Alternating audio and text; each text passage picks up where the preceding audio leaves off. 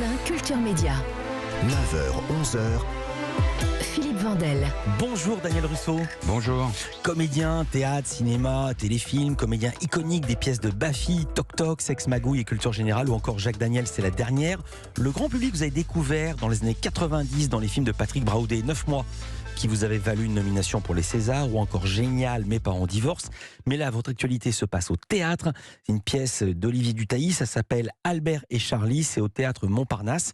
Albert et Charlie, c'est la rencontre imaginaire entre les deux hommes les plus célèbres de l'après-guerre. L'un que le monde entier comprenait, même qu'on ne disait pas un mot, c'était Charlie Chaplin. Et l'autre que quasiment personne ne comprenait, ou alors à l'époque ils étaient 5 ou 10 à comprendre ce qu'il avait écrit, et c'était un génie. Et pour cause, et c'est vous qui le jouez, c'est Albert Einstein. Et c'est vrai qu'on disait toujours, il n'y a pas les journaux, c'est pour ça qu'ils râlaient, il n'y a pas 10 personnes au monde qui comprennent ses travaux. Mais c'est impossible. Et même résumé, on lui demandait, est-ce que vous pouvez nous résumer? Mais ça ne se résume pas. Mais si non. ça pouvait se résumer, C'est impossible. ça ne serait pas le génie d'Einstein. Mais Ça non, ne mais- se résume pas. Évidemment. C'est une phrase de Paul Valéry que je cite souvent, mais Ouais. que j'adore. Ouais. Ce qui est simple est faux. Et ce qui est vrai est incompréhensible. Et on est vraiment dans Einstein. Ils se sont rencontrés pour de vrai. Oui, absolument, à Hollywood. Mhm. Bien sûr, il était à une première d'un film de Chaplin, et puis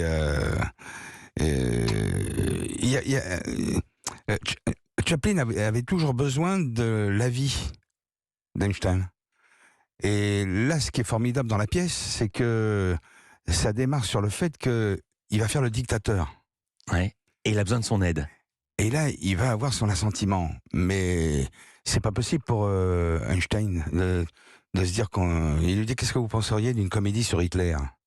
Il peut pas comprendre. On est d'accord. Avant, Ah oui. la pièce se joue sur 3 périodes. Avant qu'on les détaille, il y a une bande-annonce, on va entendre le début, Oui. qui donne un peu la tonalité. Quand Charlot est devenu universellement célèbre, on s'est mis à organiser un petit peu partout des concours de déguisement. Et un jour, Charlie Chaplin lui-même a participé à un concours de Charlot. Il a terminé 3e.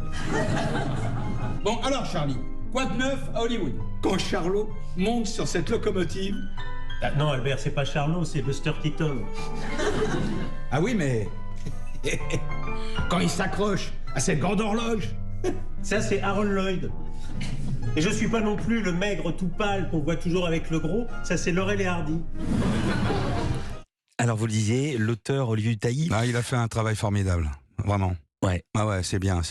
3 dates, 3 conversations dans le bureau d'Einstein, toujours le même bureau à Princeton aux États-Unis, 38, 45, 54. Vous avez commencé à raconter un petit peu ce qui se dit en 38. C'est la montée du nazisme, je redonne le contexte. Chaplin veut tourner le film Le Dictateur, il a besoin du soutien d'Einstein. Einstein, donc votre personnage, qui lui refuse son Là, il soutien. peut pas soutenir un projet Pour auquel... quelle raison? Il y croit pas. Il y croit pas du tout. Il dit, tout ça est très naïf. Et c'est fou parce que quand il vient le voir, et ça c'était vrai, il a déjà travaillé 2 ans là-dessus, Chaplin. Donc il était vraiment décidé à le faire. Mhm. Parce qu'il y avait même les studios Hollywood qui ne le voulaient pas, qui avaient peur de ça aussi. Parce que si on regarde bien avec le recul, c'est complètement fou quand même de faire un film pareil Je vais raconter à ce moment-là. Pour les plus jeunes, c'est Chaplin se met dans la peau d'Hitler, dont Exact. il dit qu'il lui a piqué sa moustache, Oui. et il joue évidemment un dictateur exubérant et qui devient pitoyable tant il est bête, veule, méchant et comique. Ils veulent le ridiculiser. Mhm. Voilà, c'est ce qu'il veut faire, absolument. Et ça, Einstein ne peut pas comprendre ça. C'est impossible. Le film s'est fait et il a très très bien marché. En 1945, première bombe atomique lancée sur Hiroshima. Et cette fois-ci, ils se parlent. C'est après évidemment la bombe. Et Chaplin fait presque le procès d'Einstein, car Einstein en personne regrette une lettre qu'il a écrite au président des États-Unis. Racontez. Ah non, mais parce que là, alors maintenant c'est l'inverse. C'est-à-dire que c'est Chaplin qui, lui, ne comprend pas qu'il ait pu signer cette lettre. Voilà, parce Racontez ce que dit la lettre. non, mais la lettre, c'est le fait que la bombe se fasse. De Voilà. demander est-ce que les États-Unis dépensent, Voilà. mettent un budget pour Voilà. fabriquer la bombe Exactement. pour l'avoir avant les nazis. Voilà, alors comme dit Chaplin, vous êtes quand même, pour les pacifistes, un exemple. Comment vous pouvez signer une lettre pareille? Et c'est vrai que Einstein lui dit, c'est l'erreur de ma vie. Mais en même temps, il se justifie dans le fait qu'il pensait vraiment que les Allemands allaient disposer de cette arme. Mais vraiment, c'était une course à la bombe. Hein. Bien sûr, et il y a plein de livres qui ont été écrits là-dessus. Mais bien sûr. Et puis, que se serait-il passé si les nazis avaient eu la bombe? Hitler et la bombe atomique. On est tous d'accord. Voilà. C'est pour ça que c'est très intéressant cette pièce, parce qu'il n'y a pas le bon, le méchant, le bon, le mauvais, celui qui avait raison avant l'autre, celui qui avait tort avant l'autre, et c'est pas non plus de la téléologie. C'est qu'on réécrit pas l'histoire, on donne pas la météo de la veille. Daniel Russo avec nous, on marque une courte pause et on continue de parler de ce spectacle, cette pièce Albert et Charlie. À tout de suite. Europe 1 Culture Média, Philippe Vandel. Là, ça peut être peut-être. Daniel Russo avec nous, il est bavard, il joue dans Albert et Charlie. Ceux-là aussi étaient bavards, Albert Einstein et Charlie Chaplin, alias Charlot, qui se sont croisés évidemment. L'auteur Olivier Dutailly imagine ces rencontres, mais ils se sont vraiment connus et rencontrés. On saute, on les voit en 38, on les voit en 45, on les voit en 1954. Charlie Chaplin est alors en proie au macartisme, la chasse aux sorcières. Il va devoir quitter le pays en douce et il choisit la Suisse. Chaplin était accusé d'être communiste, c'était pas vrai.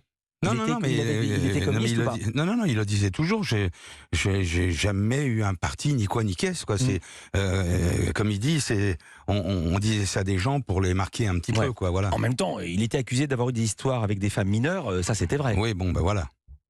Et c'est aussi en partie pour pour l'ordre moral qui était instauré, qu'il a dû fuir les États-Unis. Il est parti en douce. Il est parti en douce, absolument.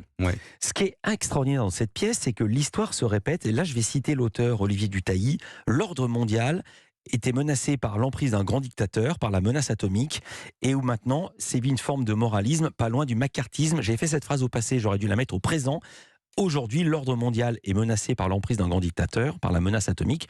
On pense évidemment à Poutine. Et il y a un ordre moral qui s'abat un petit peu partout sur les démocraties et pas seulement sur les démocraties. C'est fou comme il y a un parallèle avec notre époque, avec cette pièce. Les gens me le disent en sortant.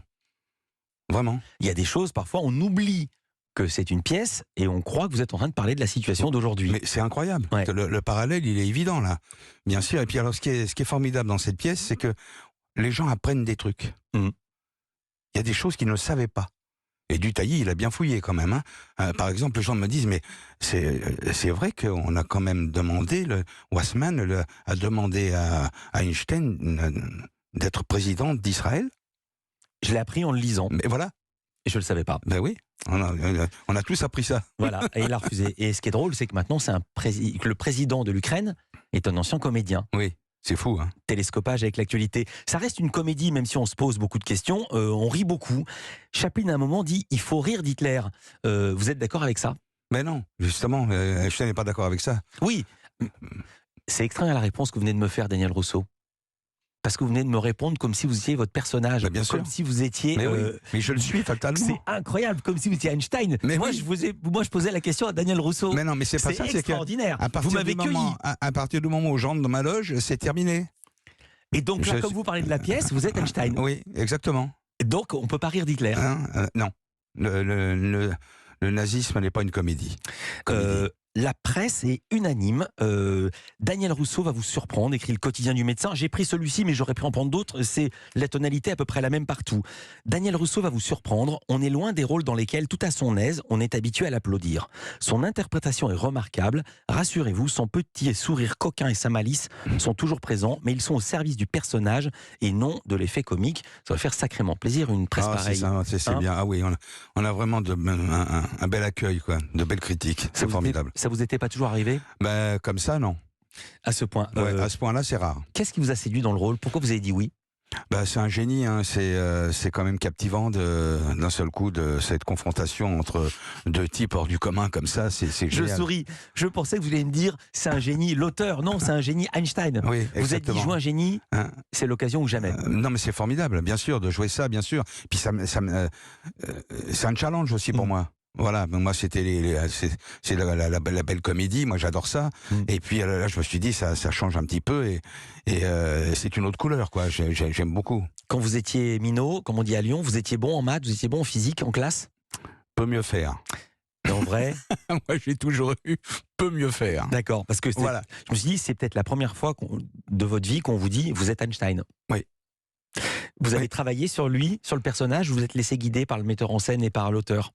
Ah, moi, alors là, le travail de Dutheilly est formidable. Et Christophe Lidon, là, le metteur en scène, a vraiment fouillé, quoi. Mais vous-même, est-ce que vous avez lu des livres où vous êtes juste... Non, moi c'est sur le texte de Dutheilly. Voilà. Là, on est quand même sur une pièce. On n'est pas à essayer de démontrer ce que Einstein a fait ou Chaplin. Chaplin aussi, c'est pareil. Jean-Pierre Laurie qui joue Chaplin magnifiquement bien. Je veux dire, il a vu à peu près tous les films de Chaplin aussi. C'est normal, quoi. Bien sûr. Vous avez lu La théorie de la relativité? Oui, on en a parlé avec Laurie. J'ai pas tout dit. J'ai oublié de dire que Einstein est en basket et puis il y a un gros travail capillaire. Il y a de la perruque avec Daniel Rousseau. Il est avec nous. On continue l'émission et on va parler de musique avec Stéphanie Loire et des Grammy Awards. À tout de suite.